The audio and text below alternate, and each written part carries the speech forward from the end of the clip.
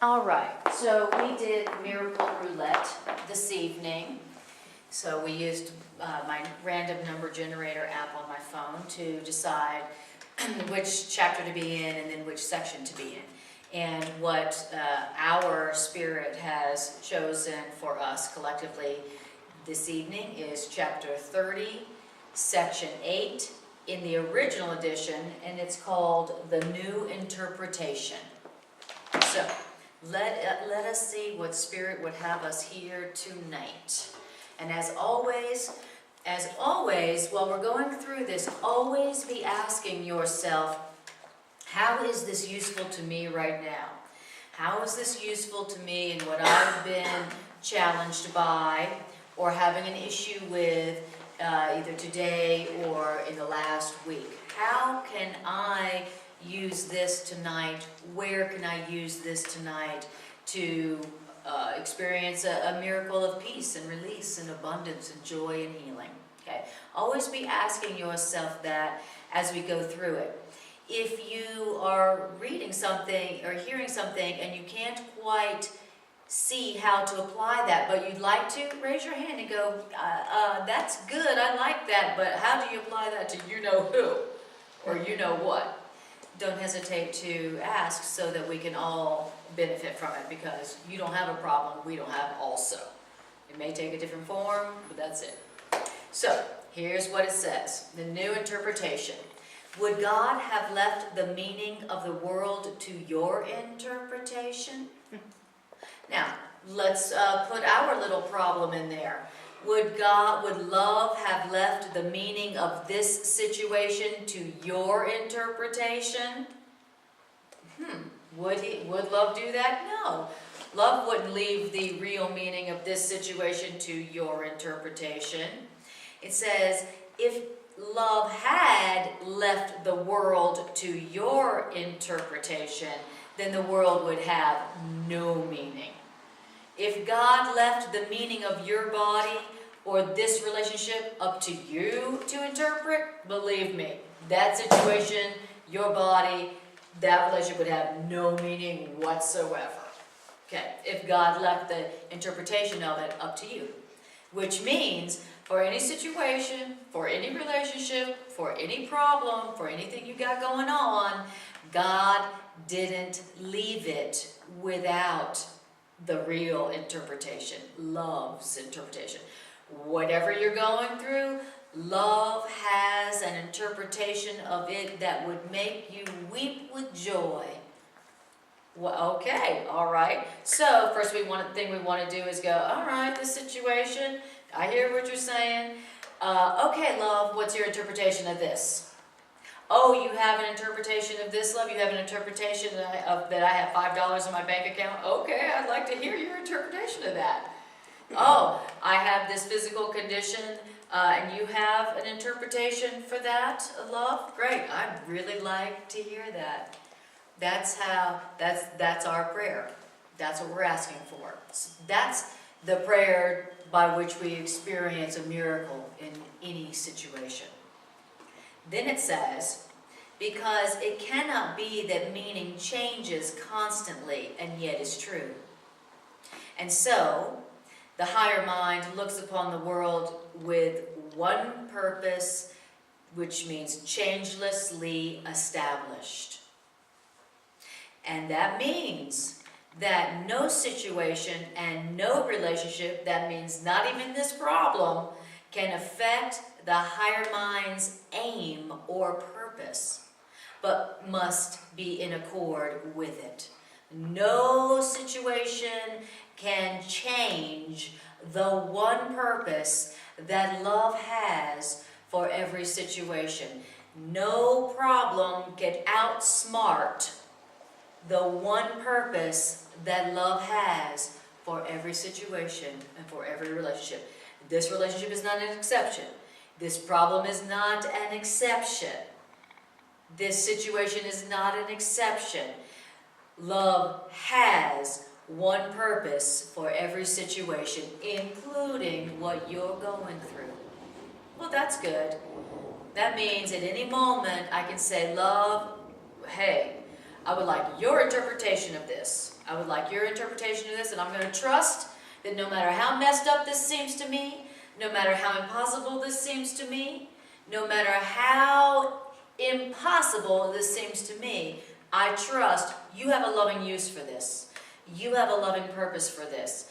You have a way of interpreting this that would make me supremely happy. And I'm asking for that right now.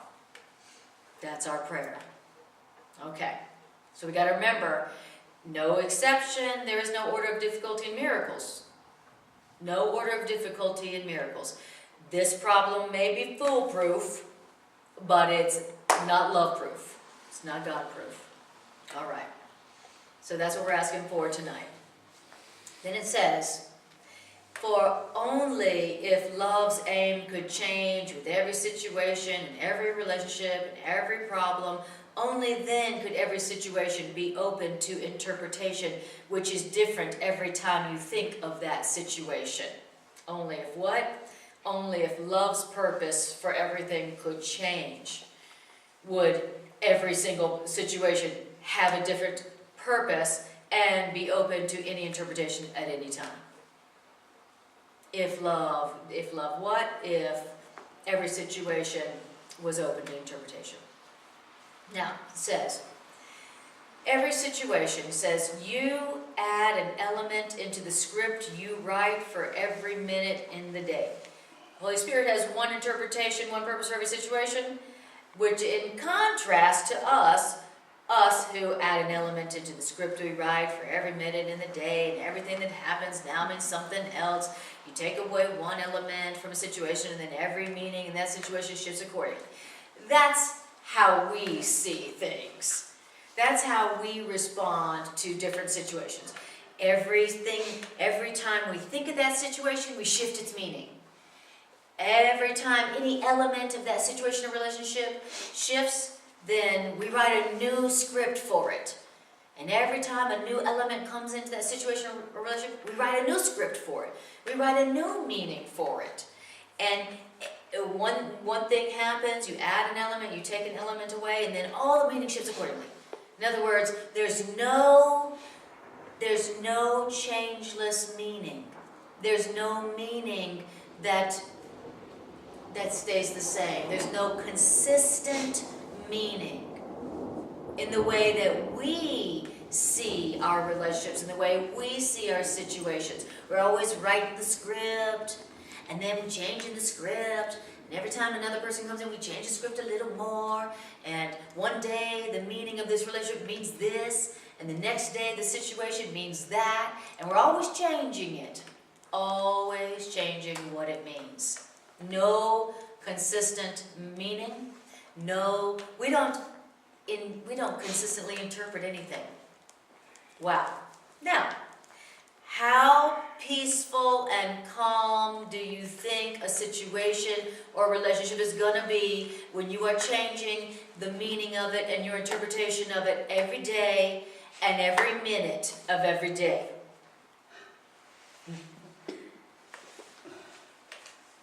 No calm, nothing that you can rely on, nothing that you can rest in,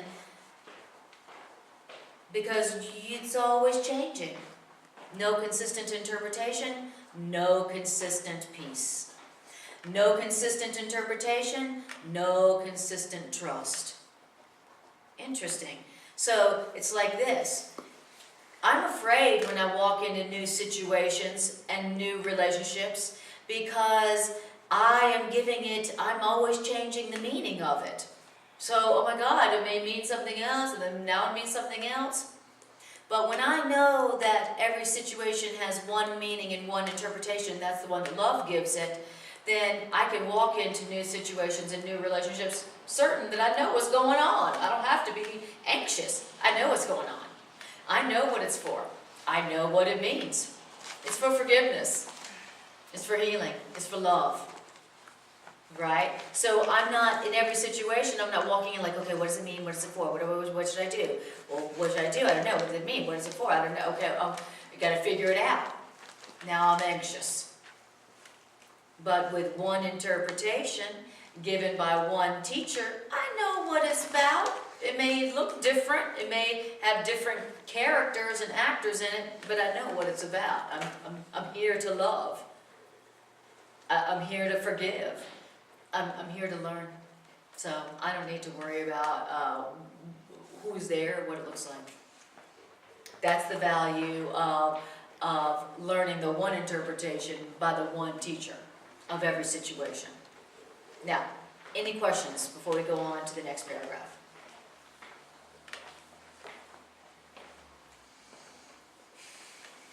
Alrighty. Then it says, so what do your scripts for every situation and every relationship reflect, except your plans for what the day should be? That's what your scripts reflect for every situation, every relationship. My scripts reflect what I believe the day should be, and according to my plans for what the day should be, according to my scripts, I judge disaster and success. According to what? According to my scripts, I judge disaster and success. According to my scripts, I judge advance, retreat, and gain and loss. What do I judge all those things? I judge it by my scripts for what the day should be. Wow. So that's why something that to me is a disaster, to somebody else is a gain, because our scripts are different. Okay? So I'm judging, that was a disaster, or that was awesome, according to my scripts for what the day should be. Interesting. That's what determines my interpretation of every situation. Now, it says these judgments, this was a success, this was a disaster, this was an advance, this was a retreat, this was a gain, this was a loss. These judgments are all made according to the roles the script assigns. Chloe, settle down. Settle down. Settle down. You go outside. That is true. Settle down. Go on. Okay, so now we're going to see what she decides. Very good girl. Nice choice, Chloe. All right. Now, so, see, now my script for the moment was that Chloe would settle down. Okay, and so when I said Chloe settle down and Chloe lay down, then according to my script, I judged that as a success.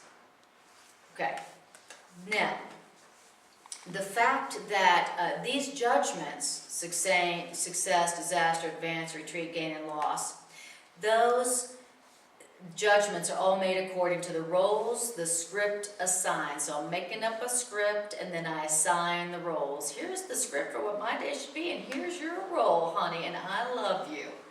Okay, that's what we're doing all day long. We call it being in a relationship or being on the job together. Now, then it says that the fact that the scripts and the roles have no meanings in themselves is demonstrated by the ease with which these labels change with other judgments made on different aspects of experience. Okay, what did that just say? Huh? What? When it says exactly what we do, we tend not to understand what it just said. And what it just said is that it's saying that the roles and the scripts are meaningless. They have no meaning except for the meaning we give them. My script for how the day should go is completely meaningless. It doesn't mean anything. Now, it's my scripts and the roles I assign in those scripts are totally meaningless, as evidenced by how quickly and often those roles and those scripts change. My scripts change from minute to minute to minute to minute. And that how fast my scripts and the roles change with every judgment, all the different judgments I'm making on the different aspects of the experience. Wow. So I'm making up scripts, I'm giving roles and I'm changing them minute to minute to minute to minute to minute. 1 minute, my script is that you should act and speak and be like this for me. And then 10 minutes later, when I don't need something from you or I feel differently, now I have another script for you and then I have another role for you. And they're changing like this. And then we expect, and then our ego is so insane that our ego expects that people exist for the sole purpose of fulfilling those scripts that we're making up that are changing from moment to moment that we did not ask that person if they would like to fulfill. That's how insane the ego is. And that's why the ego's always in conflict. That very reason. It's making up meaningless scripts for what would make it happy, which could never happen because the ego doesn't want to be happy. And only the ego makes up scripts. Only the ego goes, if that were different, I'd be happy. If this would happen, I'd be happy. Only the ego does that, and that's all our ego does. And that's why the ego is always upset, and always in conflict, and always scared.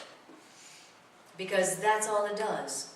And you can see that with that purpose, that's the ego's purpose for every situation. Okay?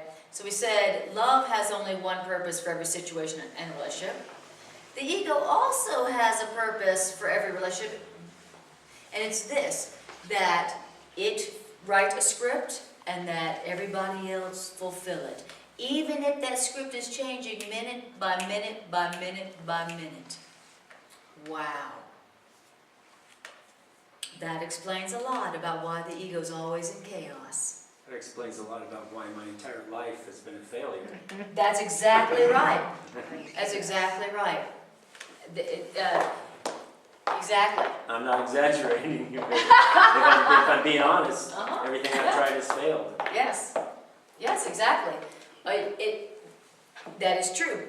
All of our scripts fail. Because the truth is that all the scripts the ego writes are for failure. They're guaranteed to fail. Because the ego is not writing scripts for true happiness. True happiness is the relinquishment of the script and the acceptance of the reality that was established by God, by love. So a script is what the ego writes, and the script is what the ego, the way that the ego's interpretation of every situation, so that chaos, disaster, disunity, and pain will reign forever. That's the ego's purpose, not peace. All right. Yes. I have a question. So I guess 5 years ago, it was really popular for people to do all those vision boards. Yes, Yeah. Was that just basically the ego doing creative projects? Could be. Yes, could be. Because, there's what you could call them script boards. Mm-hmm. You can call them vision boards or you can call them script boards. Absolutely. All right. Now, then it says, where was I? It says, and then,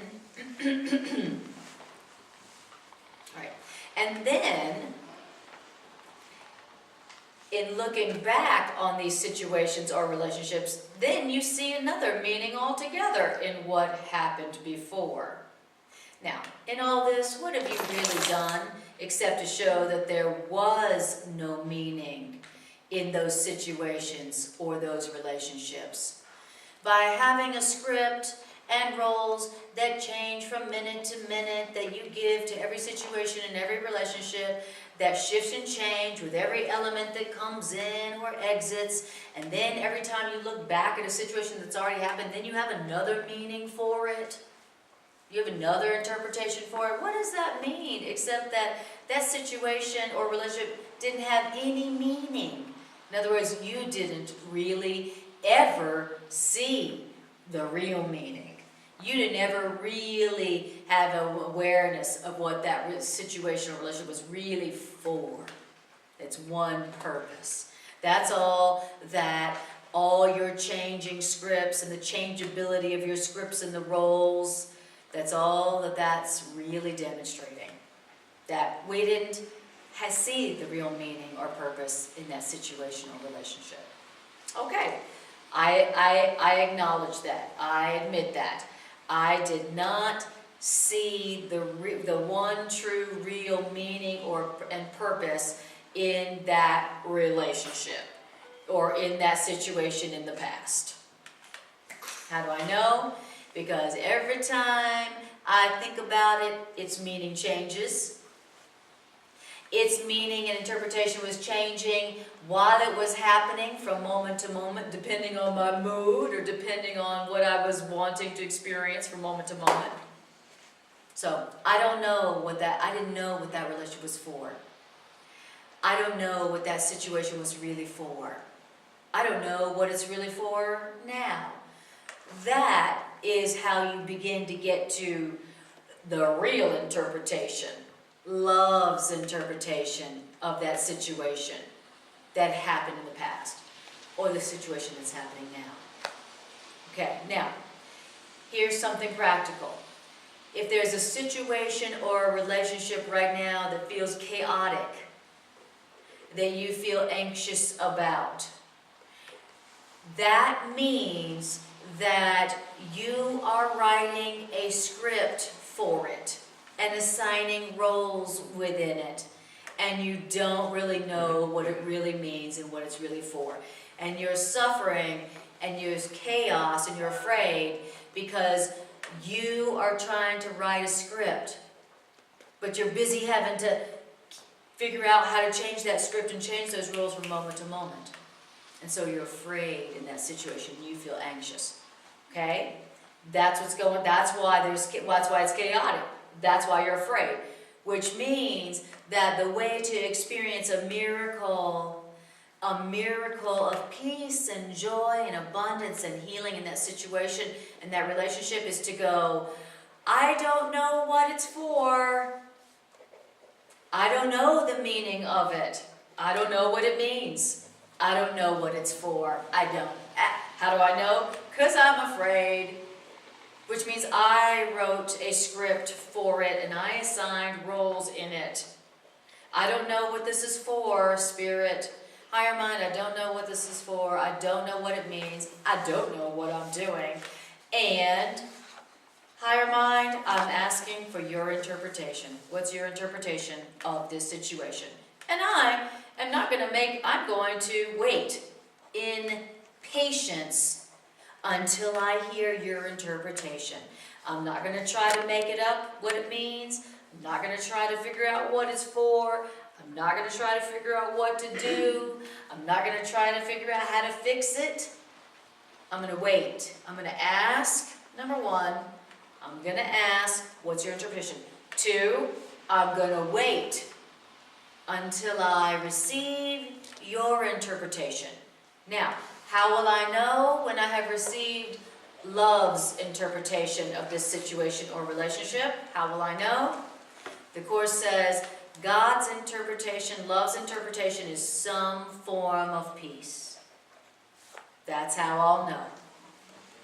So, I'll wait, and until I have some form of peace, then the only thing I should be saying to myself or anybody else whom I'm talking to, all I should be saying is, I really don't know what it means. I really don't know what it's for, and I've asked love, and I'm waiting. And I haven't experienced peace yet. I still am afraid of it. I'm still angry, so I know I haven't heard it yet. So I'm just going to keep waiting and just keep saying, I don't know, I don't know, I don't know what it's for.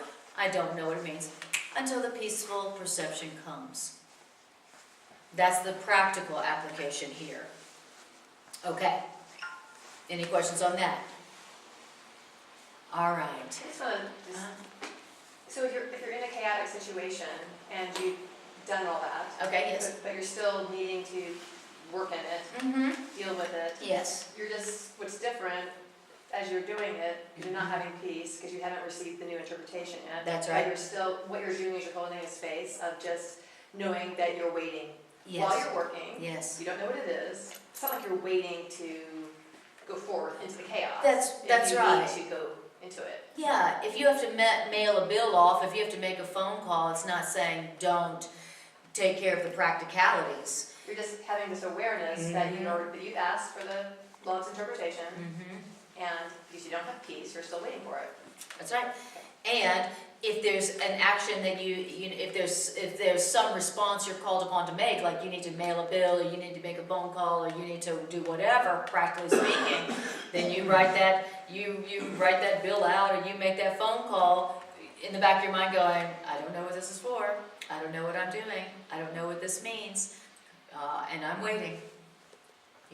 So you're very conscious of deciding not to decide.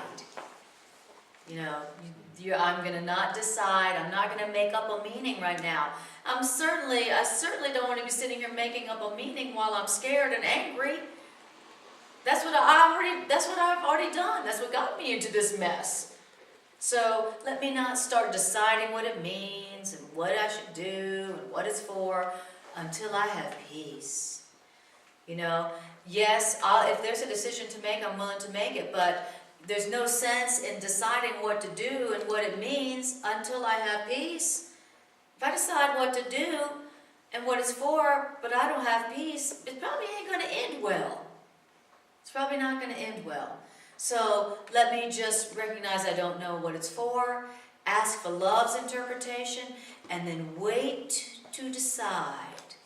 Wait to decide what to do until you have heard clearly and that you have heard something that brought you peace.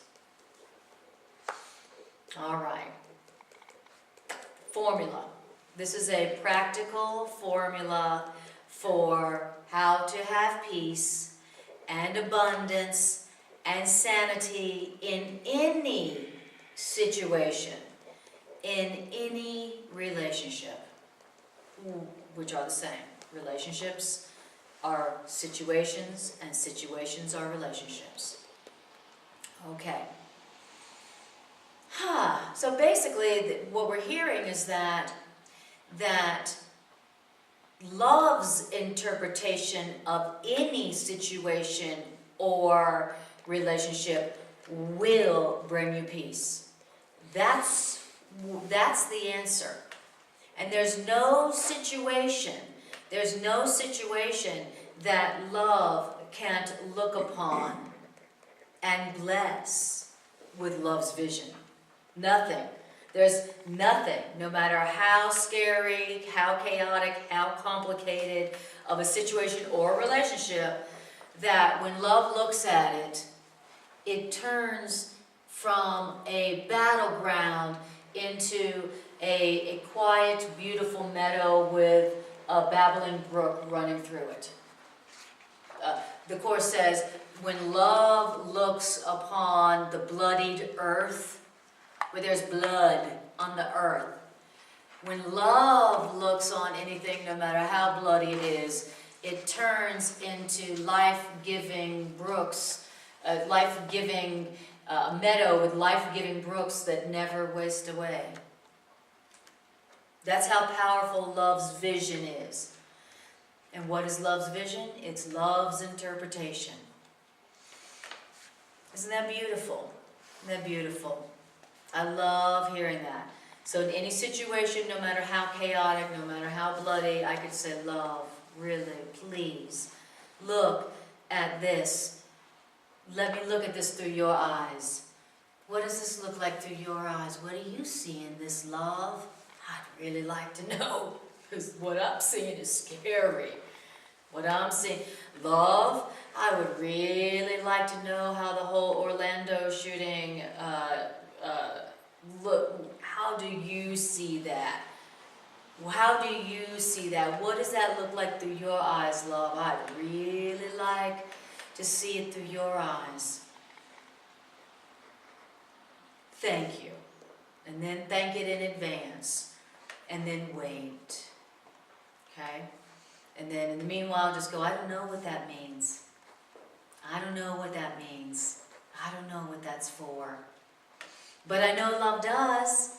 And so I can ask for love's vision and love's interpretation on that bloody scene. And I can ask for it on behalf of the world that is one with me. And I can ask for it on behalf of all the family members of the beings who left their bodies in that situation. I can ask for that for them, on behalf of them, because we're one, we're connected. So I'm going to do that. And until I have peace, until I have a peaceful love and perception, I'm just going to say, gosh, I don't know what that means. But I know love does. Nice. How sweet. And it takes all the burden off of our shoulder. And it takes, it's the easiest thing to do. If I'm going to try to make up what something means, but I'm not happy, I got to work. I'm going to make up, I have to make it up, I have to figure out what it means, and I got to figure out what to do, and I have to figure out what it's for. That's a lot of work. That's a lot of energy. And the Course in Miracles says, you are not capable of being depleted energetically, but you sure can fatigue yourself. You sure can weary yourself. And you weary yourself and you fatigue yourself, even though you have an eternal source of energy within you. You have an eternal, everlasting, renewing source of energy within you. And it's forever, it's everlasting. It says, but you are capable of wearying yourself. And the way that you weary yourself and be like, I'm so exhausted, even though you have an eternal source of energy, is by the constant strain of judgment of things that you did not create. That you taking it upon yourself, giving yourself the constant strain to judge things that you do not understand. Wow, that's why we're so exhausted, even though we have an eternal source of energy within us. The constant strain of judgment, which is literally debilitating and exhausting. Wow, that we put upon ourselves, you know, as if we didn't have a million other things that we really need our energy for. I need my energy. I got a body. I'm here. I have a kid. I have a dog. I have a job. I need my energy. I need it. I want it. And so I want to stop draining my energy reserves. I want to stop wasting it, judging things, analyzing things, interpreting things that I don't know what they mean. How do I know? How do I know that I don't know what they mean? I don't have peace when I look at them. I don't have love and joy in my heart only when I'm looking at them. That's how I know. Wow. So I like that idea of conserving my energy for the things that I really need it for, you know, like everything else. Well, and that's also a really practical reason for resigning as your own teacher. Yes, exactly. That's exactly the best reason for resigning now as your own teacher. Give yourself a break. Give yourself a staycation where you can be where you're at right now and be completely rested. Didn't have to spend a dime to go to Hawaii just to rest. Resign now as your own teacher and rest and conserve your energy and build your energy so that you can use it for real creativity. So that you can use that energy for creating the good, the beautiful, and the holy for yourself and the world that needs it. Then we have about $500 worth of energy, and we spend like $375 on it, worrying about the past and Yes. judging people. And Yes.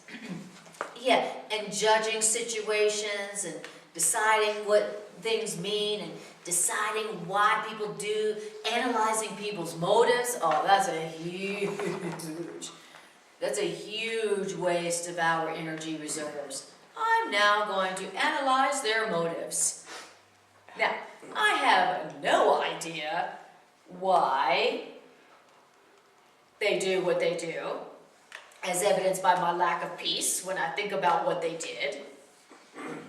Now, I can conserve my precious energy by asking for the higher mind's interpretation of their behavior, just like, and that's all I'm supposed to be doing. That will enable me to conserve my energy and stay fresh and energized and have a lot of energy for my real creativity. And when we do that, doesn't that person then get hit with the Bible law and Sure. the other? Sure does. Sure does. Creating love into the situation. That's which is exactly gonna right. affect it positively. And then we discover this most bizarre thing, that people become happy when we don't interpret their motivation.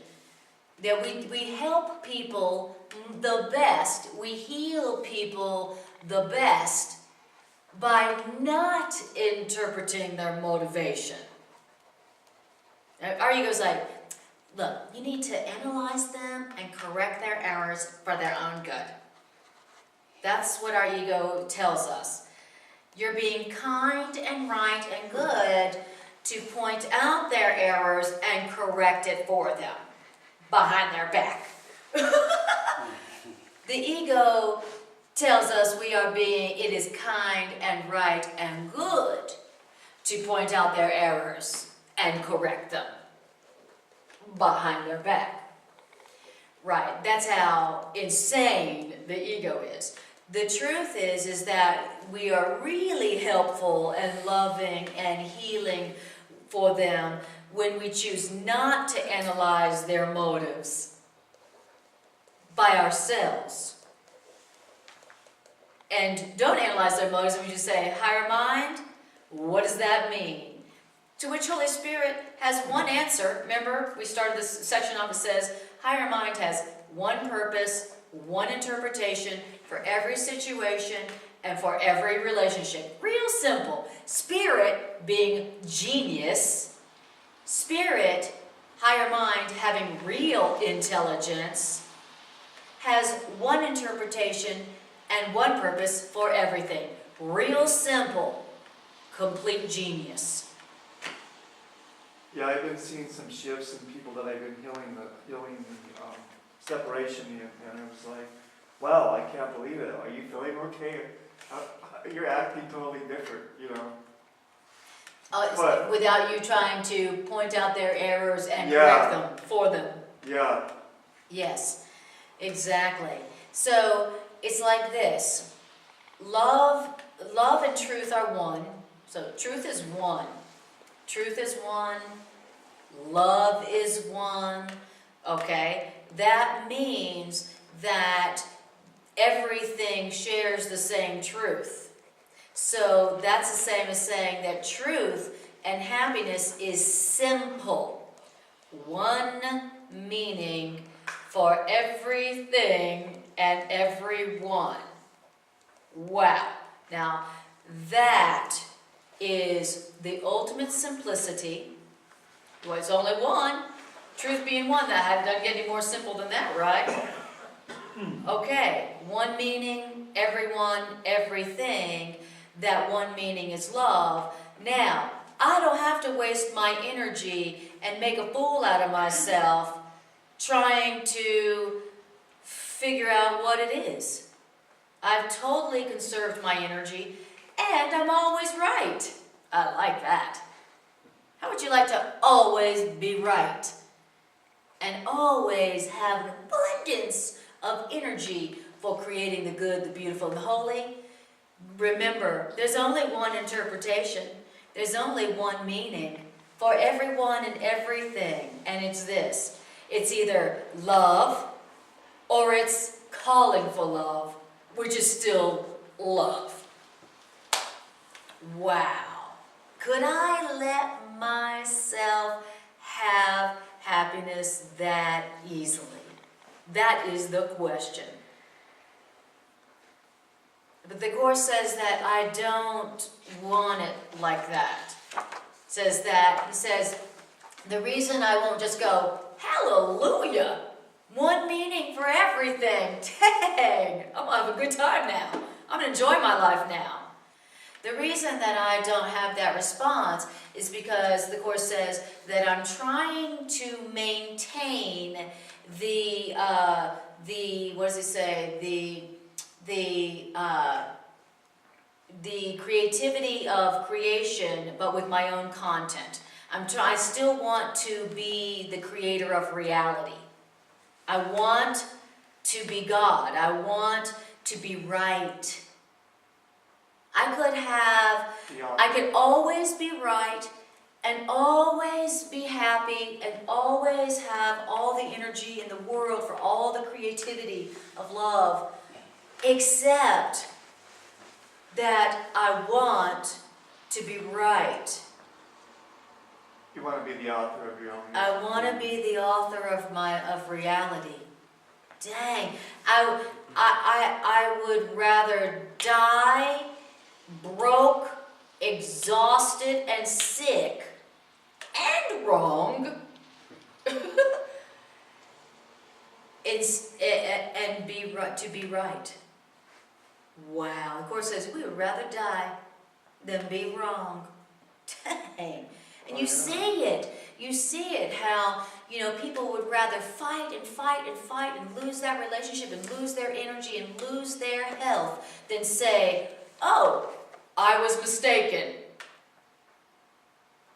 They would rather lose their health and their happiness than say, oh, I must have been wrong because I'm not happy. Oh, I was mistaken. That's how insane the ego is. The ego. Well, I want to stop being insane. Like the Course says, you're not wholly insane anymore. You're not completely insane anymore. Remember I read that, I was like, oh God, that's the best news I've heard all day. You're not completely insane anymore. Because now we've come to the point where we're like, I used to love being right. As a matter of fact, I was addicted to it. I was willing to die for it. That's how addicted I was. You know how there have been some things we've been so addicted to that we've been willing to die just to have? Well, being right and judging was the main one. Is that what the Course is talking about when it says people would rather lose their soul and gain the whole world? Yes, it's exactly right. It's funny, that's exactly the section I was reading before class. Yeah. And so we're not wholly insane anymore, and we know that because we've gotten to the point where we're like, at some point we're like, you know what, I think I would rather be happy than right in this argument or this dialogue. I think I'd rather be happy than be right about the story that I've been telling myself about myself and my life and this person. I think I'd just rather be happy. All right. Okay. I'm wrong. Yeah, I'm wrong. I'm willing to be wrong. And then when you're heading to sanity, then you go, I hope I'm wrong. That's when you know you're really getting serious about being happy and right. You start saying, I don't like the way I feel. I hope I'm wrong.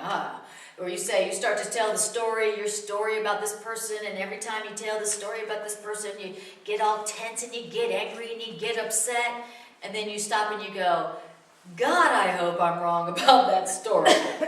God, I hope I'm wrong. Or you start putting yourself down and feeling inadequate and feeling like a failure and feeling full of self-doubt, and then you go, God, I hope I'm wrong about the story I'm telling myself about myself right now. I really hope I'm wrong. That's freedom. You pop out of the ego. You pop out of the ego.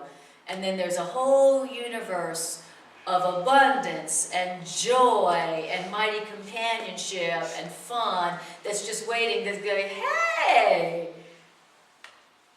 we knew you'd come sooner or later. We've been waiting for you. You ready for a good time? We know how to show you a good time. You ready for it? You want to give us a try? How about giving us a little try? Says your mighty companions on the other side of the ego that would rather be right than happy. So when you say, gosh, I don't really like how this story feels that I'm telling myself about this person, I hope I'm wrong. What can I lose by asking? Pop out of the ego world and into the real world, where all your creations are waiting for you. You know what your creations are? Your creations are the things and the relationships that are in the real world that came from your every loving thought that you ever had, that was saved for you. The Course in Miracles says every single loving thought you've ever had, every single one of them, it says, has been saved for you and kept for you. And kept for you in reality, and it went on creating in its likeness. It went on creating in the lovingness it came from. Okay? Now, the real world, on the other side of being right, needing to be right more than happy, is all of those loving thoughts that were saved for you, and all the things they went on to create in the love that they came from. And it populates an entire world. Wow. That is, in my perception, probably what people experience when they die and they go to what they call heaven.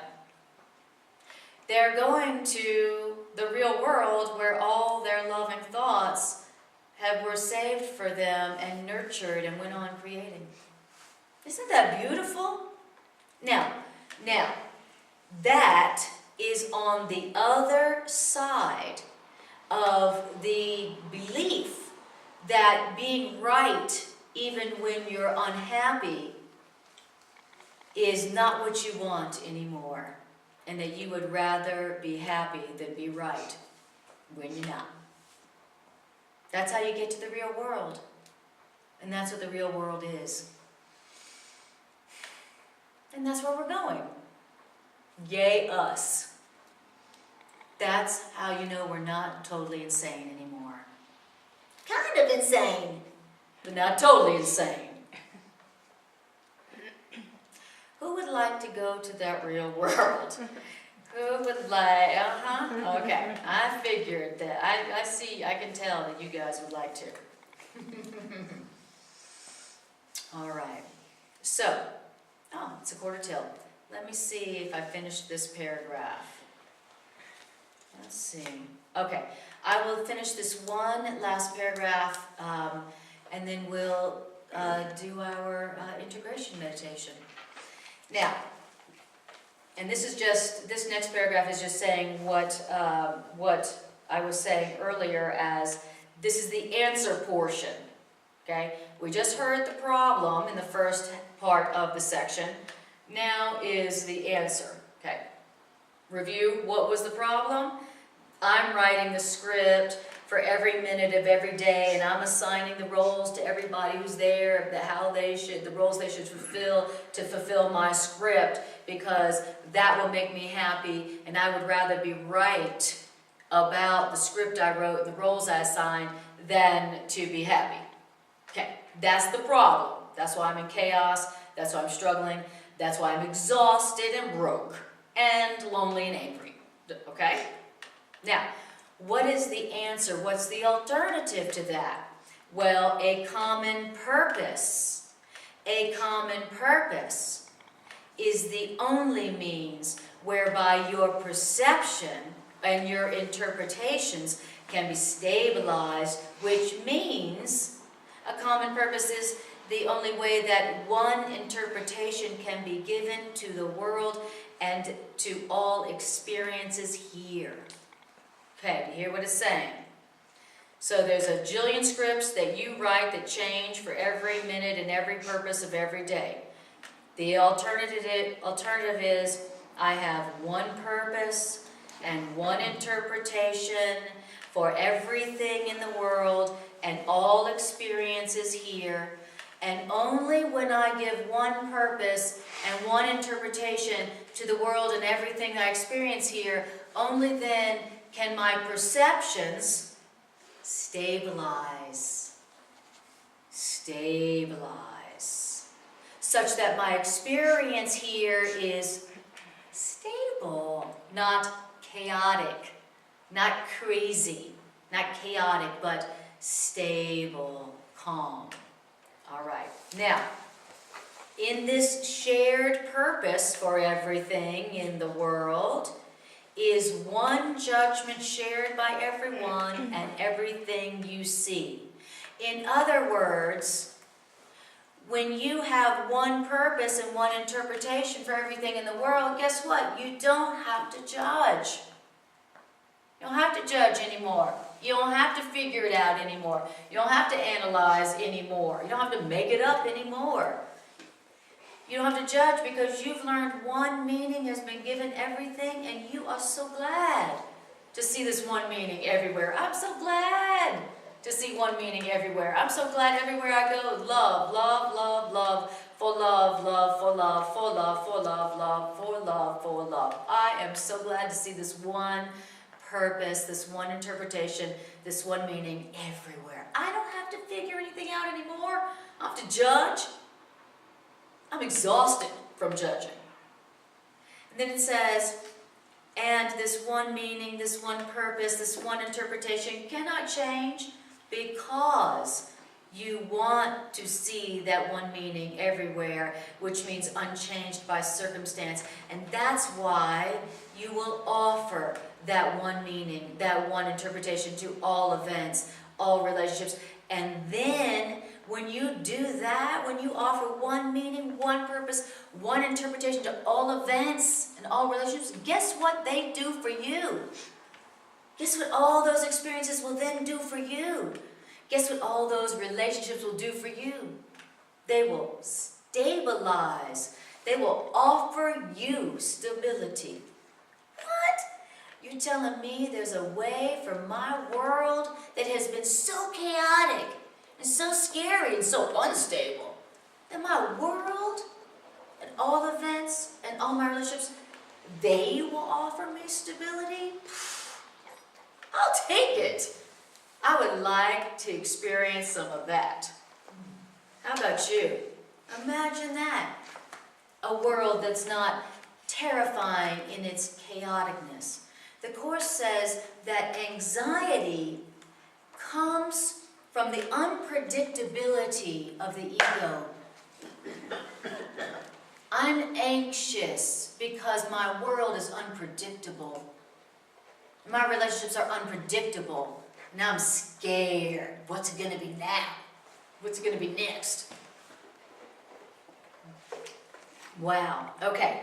So, do you hear the alternative to the chaotic, terrifying world where I'm the author of my reality? The alternative is what? What did you guys hear? What's the alternative to me making it up and writing the script and assigning the roles for every situation, everybody, every day, minute to minute? What's the alternative? Stability and peace. Stability and peace. And what's the way that I experience a world where all the events and relationships offer me stability? You look on them with love, only. Only one purpose. Everything has one purpose. Every event has one meaning. Every relationship has one purpose. Every event has one meaning. Every event has one purpose, one meaning, one interpretation. For love. This is for love. This is for love. This is for love. It's either to give love or to receive love. It's either to express love or to call for love, but it's for love. That's all that it's about. That's all that it's for. And when I accept that, I don't have to judge anymore. And when I don't have to judge anymore, and I don't have to figure it out and analyze, I don't have to be afraid anymore. I don't have to be anxious anymore. I don't have to worry about, like I was saying earlier, I don't have to worry about walking into any event, any circumstance, any relationship, because I know what it's for. Yeah, it may include different bodies and different settings, but I still saying it's for love. So now I'm not afraid. I know exactly what I'm walking into. I know exactly who I'm walking to. I know exactly who I'm walking with. I know exactly what it's for all the time. It's all the same. It's one purpose. One purpose for everything, and everything offers me stability. I don't know about you, but I would like to experience stability in my life and in my world, where I know what's going on. I know what's going down. I know what's happening. That's stability. That's stability. Chaos is, I don't know what's going to be happening. I don't know. It could be anything. And I don't know what's going on. And it's so chaotic. And one day it's this, and next day it's that. And I don't know who's coming and going. And what, one day I have this. And that is chaos. And that is fatiguing. It is terrifying. It's confusing. And it's the reason why we get mentally ill and physically ill. Now, there's a world, the real world, where it's stable. I know what's going on. I know what's going down. It's going to be different every day, and it's going to be awesome. But it's still the same thing. It may look different and still have the wonderful element of surprise, but it's just going to be new and different ways that love shows up. Right? But still, I know what's going on. All right, so now let's stop here for this evening, shall we? So I'd like to hear from you. What is it that you heard that was exciting? What was it that you heard that you would like to start using right now? And what did you hear that brought you peace?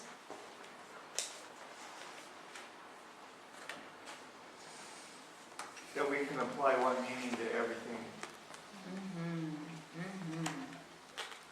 One meaning, one purpose to everything. Yeah. And what will happen when you do that? Then things will be clearer and have more peace.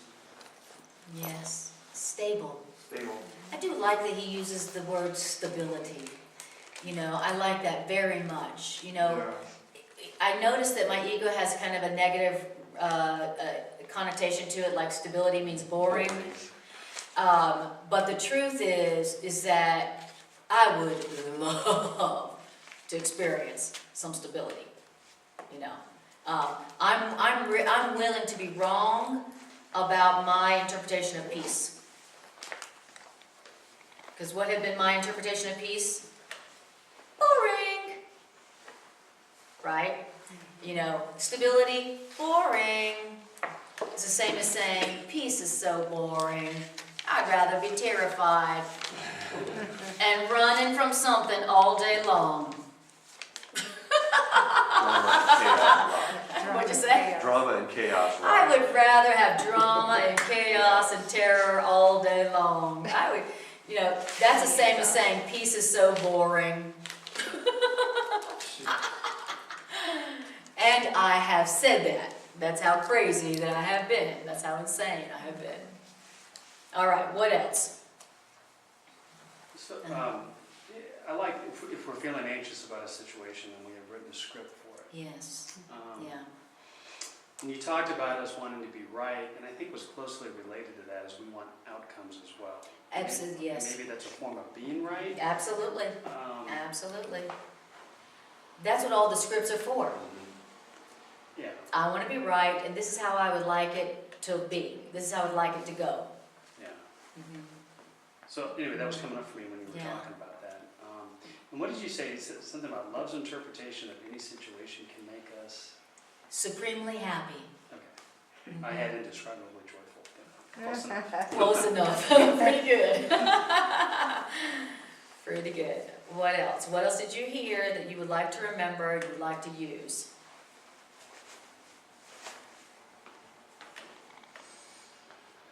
Yes.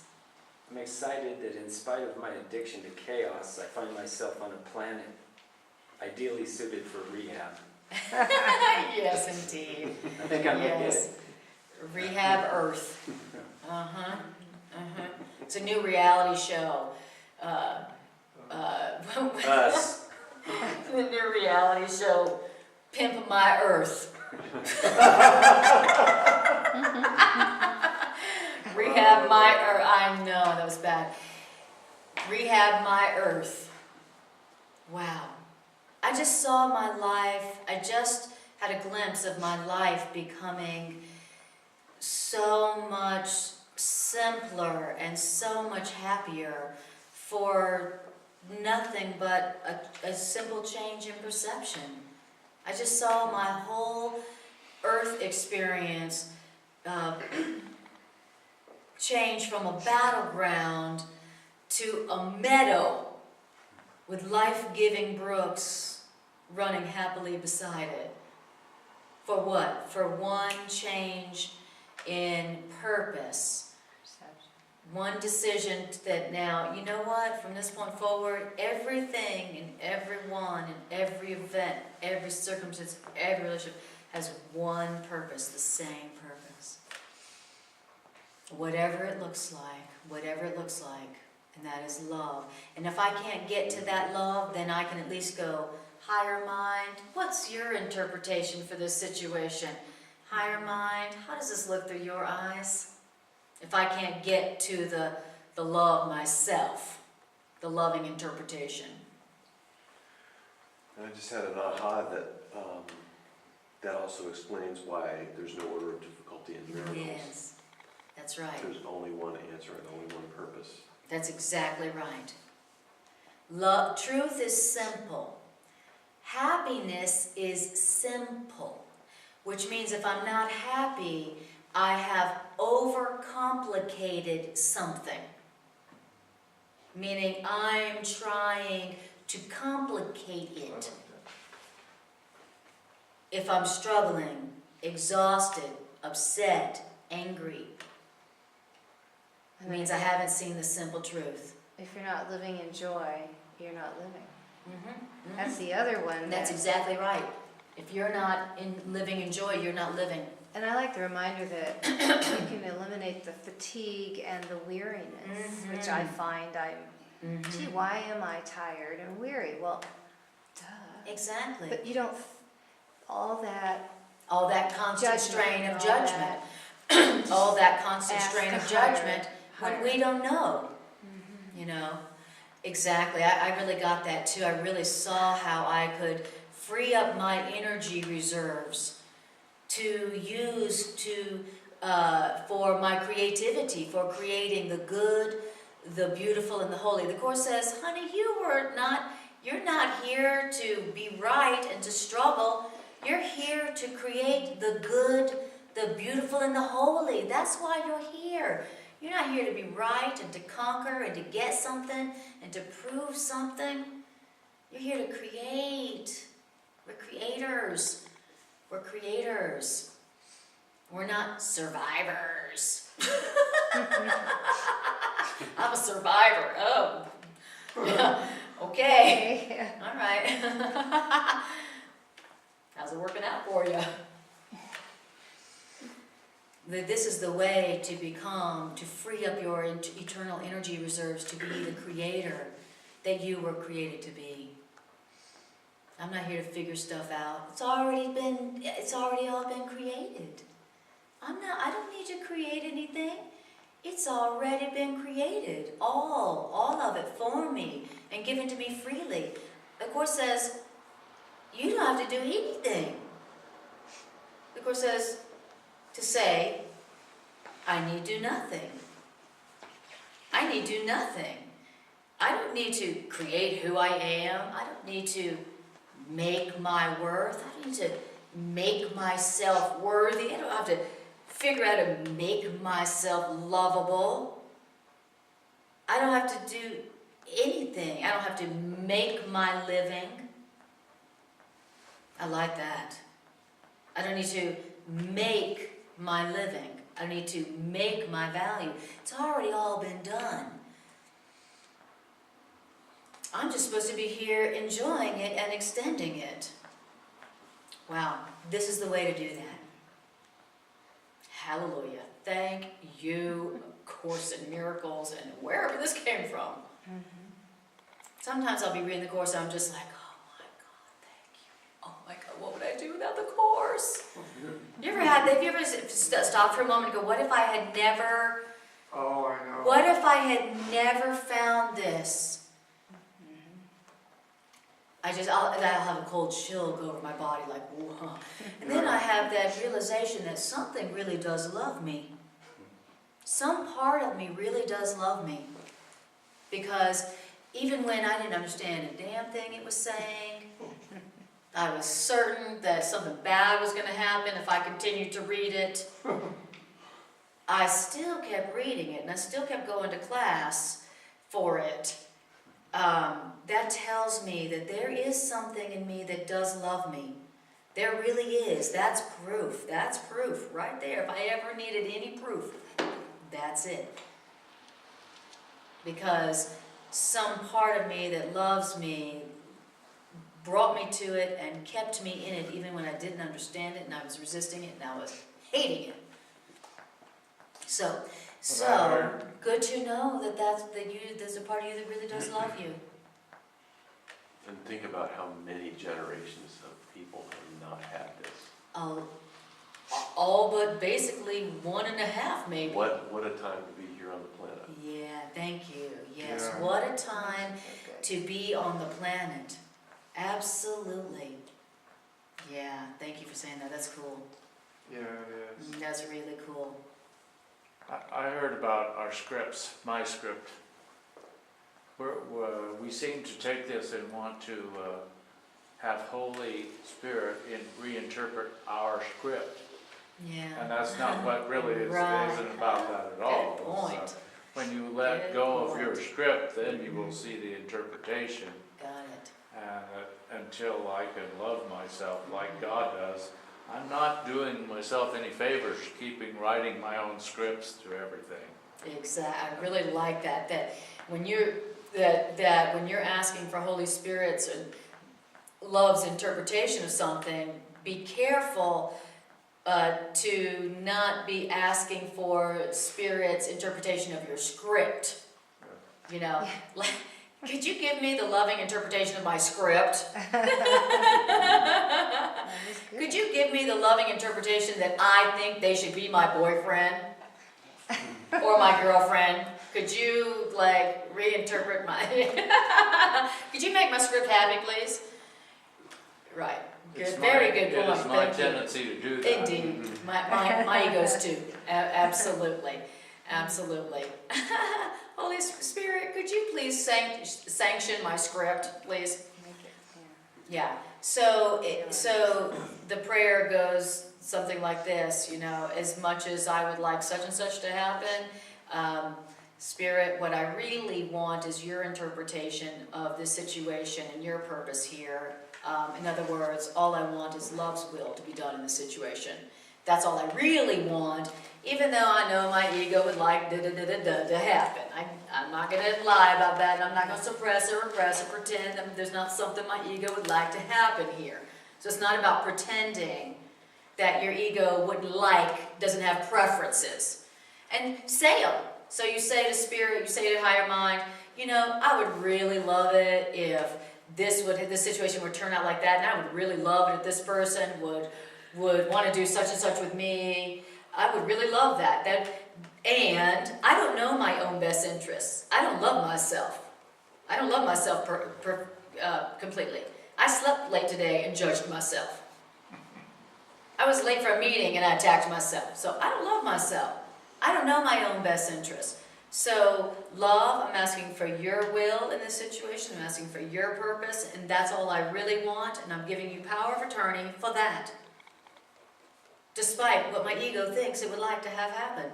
Now, every single time I have ever prayed that upon a situation, it never, ever went the way I thought it would, but what happened was beyond my wildest dreams in terms of happiness. My script almost never happened the way that I fantasized it. But what did happen was like, made my script look painful by comparison. Will you say it again? I think you're talking about. What I'm saying is this. Anytime that I had a situation or a relationship where I had a script, I wanted so-and-so to feel this way about me, and I wanted to go like this, and da-da-da. But even though I had that script, I did this prayer over it, okay? What I said, or I did a treatment over it, and I said, higher mind, I think I would like such and such to happen here. And I don't know my own best interests, because I obviously do not have perfect love for myself, as evidenced by what I'm doing this morning. And what I really want to come of this situation is your purpose, your will, your interpretation. That's what I really want, even though Mago's got a script. And so I'm going to give you power of attorney to decide for me, even while my ego's like, I want this to happen. And so I'm going to say, decide for love's will for me. Thank you. And now every single time I have ever done a treatment on on a situation or event or a relationship, every single time, it never ever happened like what my script. It never happened like my fantasy. But what did happen was so amazing that it made my script look painful by comparison. That's how awesome what did happen. To the point where when I saw what did happen, I was like, oh my God. Thank God my script didn't happen. Because if my script happened, this wouldn't have happened. Wow. And then I go, oh my. And then the next time a situation or relationship comes up where I notice I got a script, all the quicker, in half the time, I then do that treatment, do the formula prayer. And then the next time, I do it in an eighth of the time, a quarter of the time, the eighth of the time. It's faster, faster, faster, faster.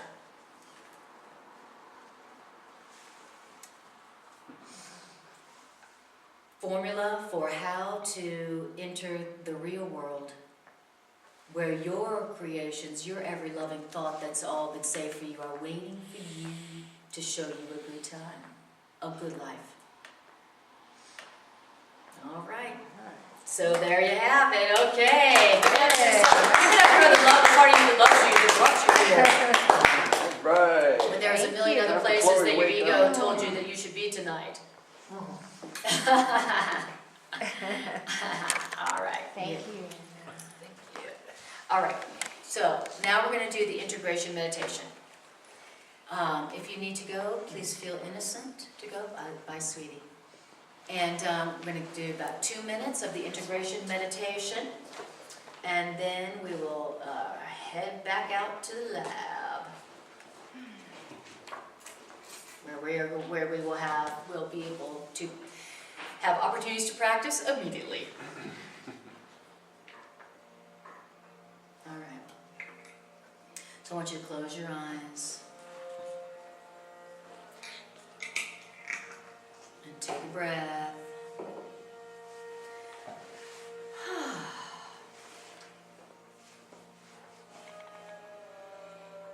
I want you to just tune into how you feel right now.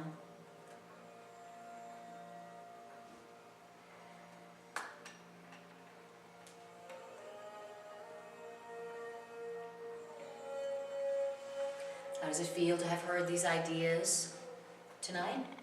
And how does it feel to have heard them with others sitting around you, hearing them with you?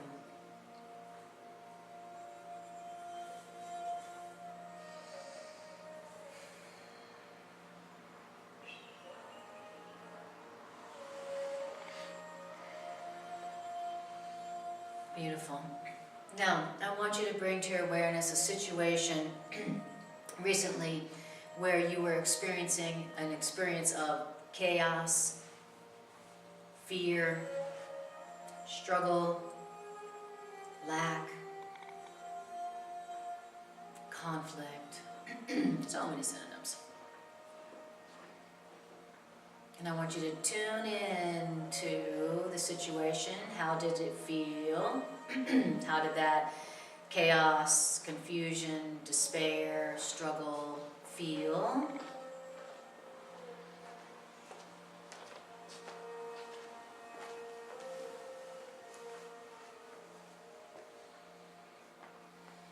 Beautiful. Now, I want you to step back a pace from this situation in your mind's eye, and I want you to look at it, and I want you to ask yourself, what was the script that I wrote for this situation or this relationship or this event? What was the script I wrote for it? In other words,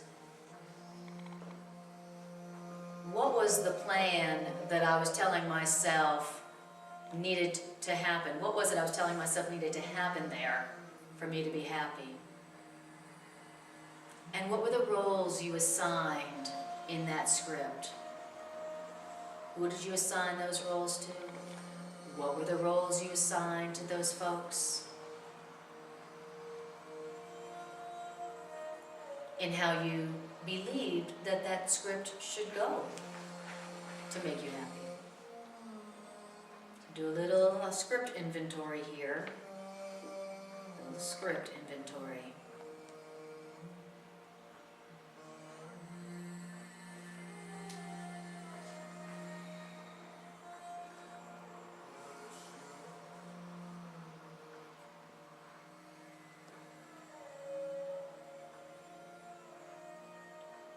Now, honest appraisal, how happy did that make you?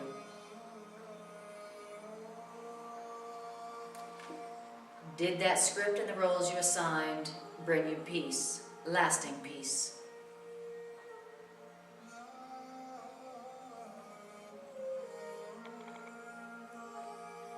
Did your script enable you to give only love and gratitude to all involved in that situation?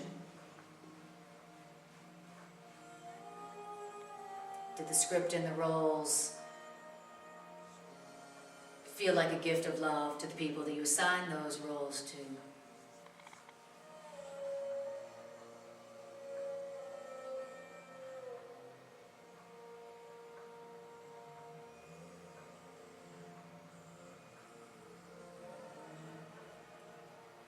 Honest assessment.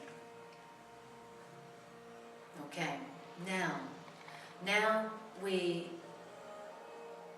step back a pace from that situation again.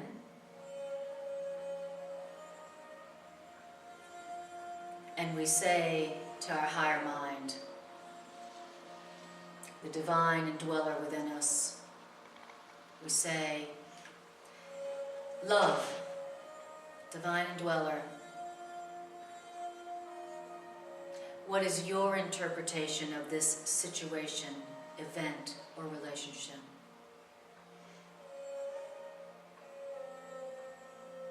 What is the meaning you see in this relationship or situation?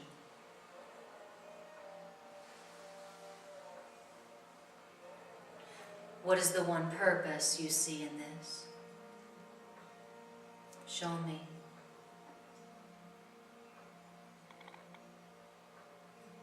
And we say to our higher mind, I don't know what this means. I don't know what it's for. And I don't know what I'm doing in it. As evidenced by my lack of peace.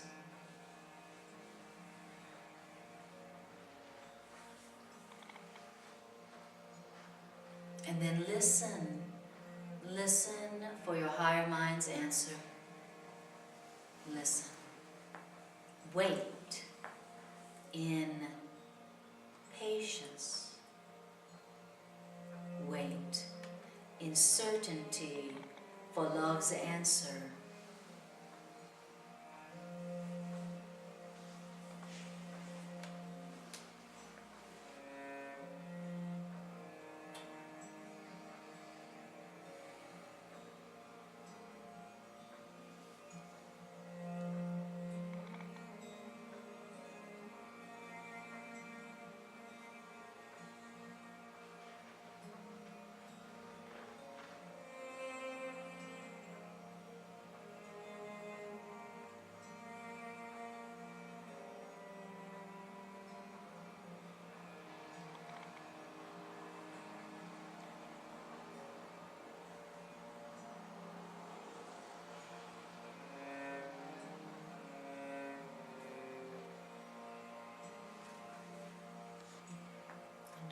breathe.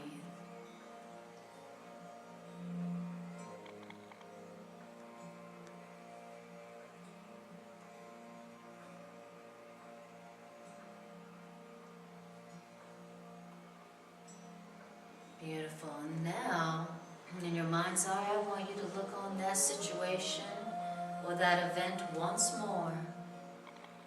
I want you to look at the situation, the event, and or the people involved. Now, when you look at them now, what do they look like? How do you feel about them now? How do you feel about that situation or that event now?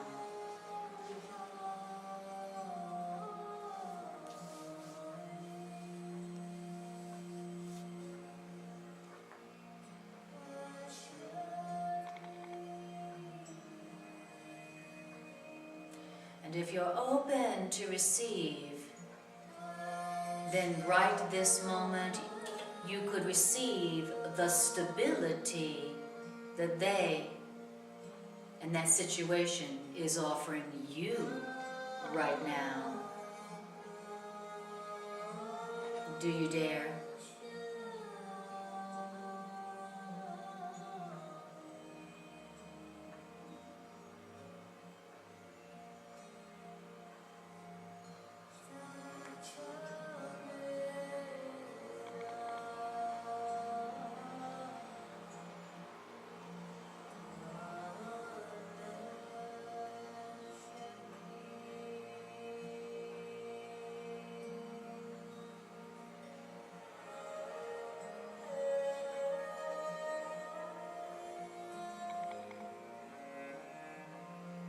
Take a breath, breathe it in, breathe it in, breathe in the light, breathe in the love, breathe in the relief, breathe in the light that's pouring in, breathe in the light that's all around you, breathe in the love that you are, and breathe it out to the world. Beautiful. Okay, and then when you're ready, take a breath and begin to bring your awareness and your body back to the room and back to the chair, sitting in this room. All right. Thank you guys for being here. I appreciate you so much coming out on this stormy Monday. Stormy Monday. All right, now it's Miracle Monday. Went from a stormy Monday to a Miracle Monday. I appreciate you guys so much, and I'll see you next time I see you. Thank you.